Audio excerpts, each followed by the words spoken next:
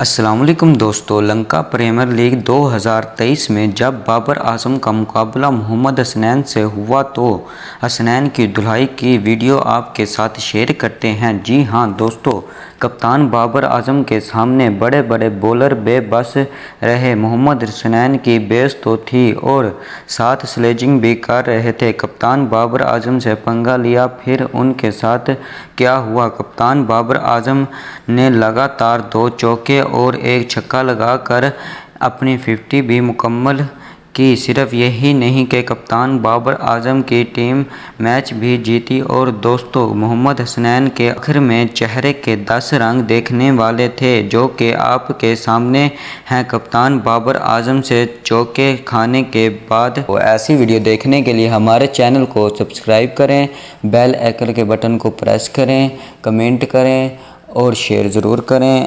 تب تک اپنا خیال رکھیں، ملتے ہیں اگلی ویڈیو میں۔ اللہ حافظ۔